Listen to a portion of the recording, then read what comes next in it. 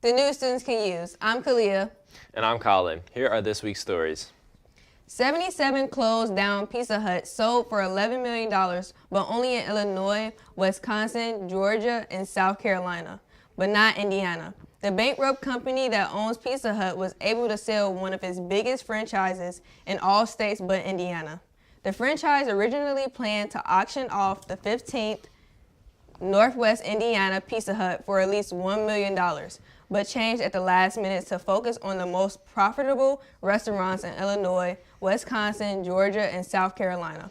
Alan Gallup from the group said that the landlords will seek new tenants for the shuttered restaurants in Northwest Indiana and could either reopen as Pizza Huts or be converted into some other use by a new business.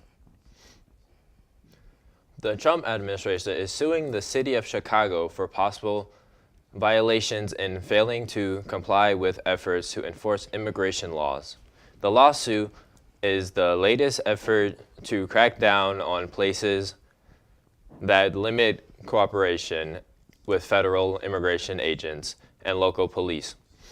Although there are three major cities President Trump singled out, Chicago and Illinois, possible because it has the nation's strongest protections for immigrants. The lawsuit claims that the local law runs counter to federal laws by restricting local governments from sharing immigration information with federal law. Enforcement official Chicago Mayor Brandon Johnson has defended the city's sanctuary laws and plans to testify the next month at Congress hearing on sanctuary cities. There has been a large spike in hospital visits in southern Indiana, in the tri-state area down there with an increasing number of respiratory illnesses.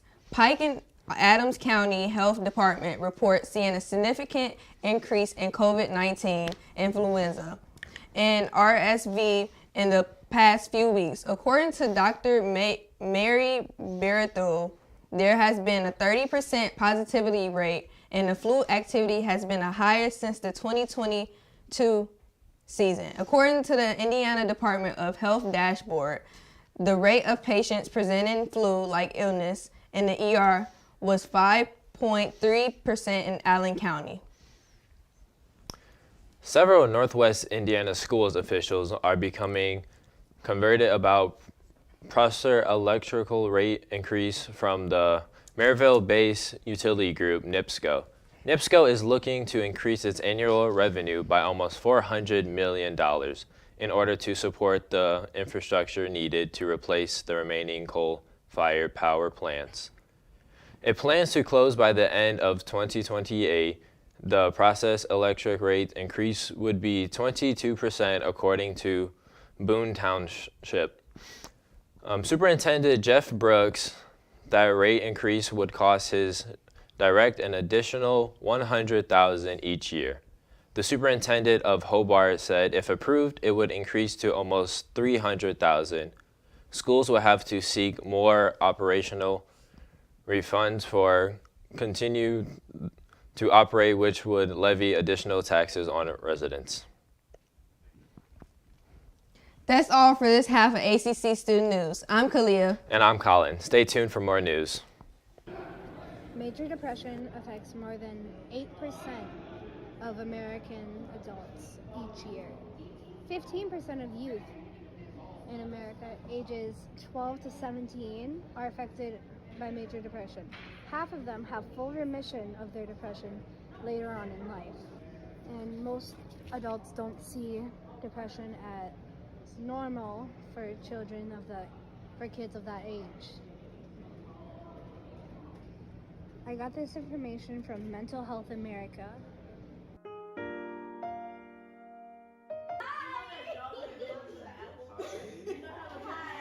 How are you today?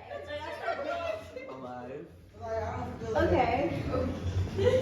Okay. Yeah. Well, nice talking to you.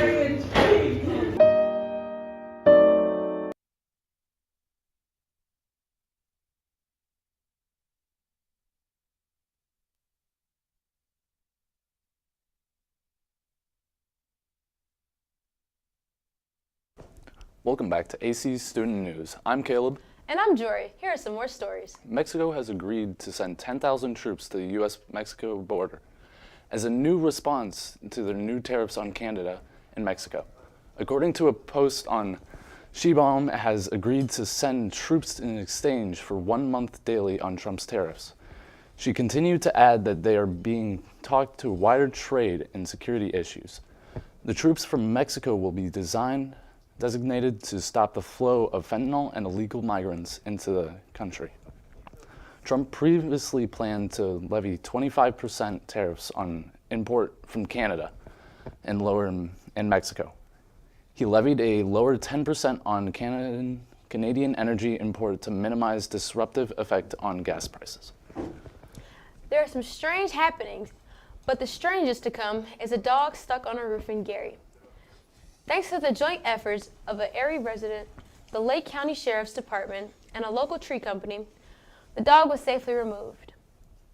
According to the Sheriff's Department, someone in the area flagged them down and said that there was a dog that had somehow gotten onto the roof of a 3-story residence near 18 and Malcolm X Drive in Gary. The fire department was contacted but did not respond due to a safety issue. So the police officer asked a tree expert to bring a broom lift to get the dog. The tree company responded and was able to rescue the dog from the roof without incident. Gary Animal Control and Silva Strays took possession of the dog.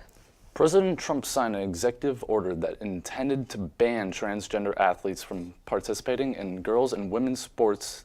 The order entitled Keeping Men Out of Women's Sports, authorizing the Education Department to penalize schools that allow transgender athletes to compete.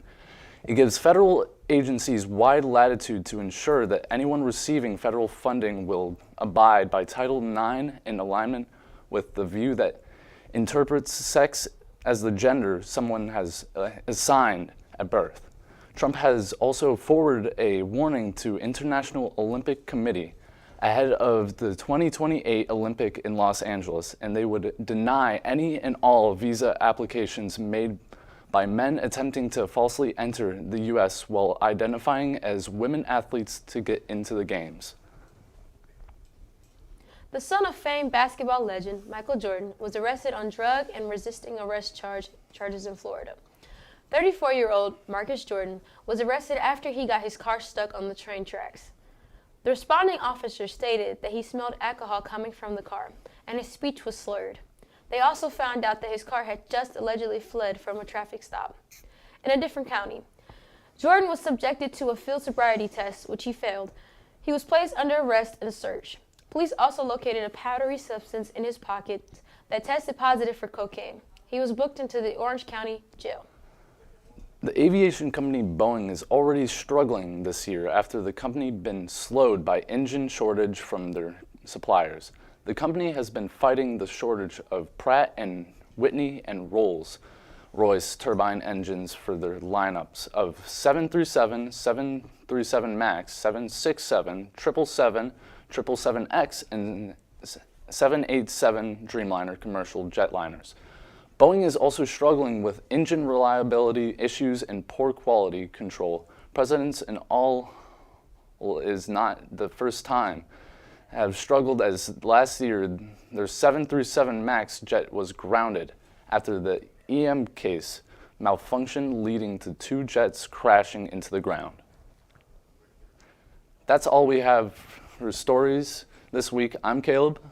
And I'm Jori. Make sure to check out the rest of our videos on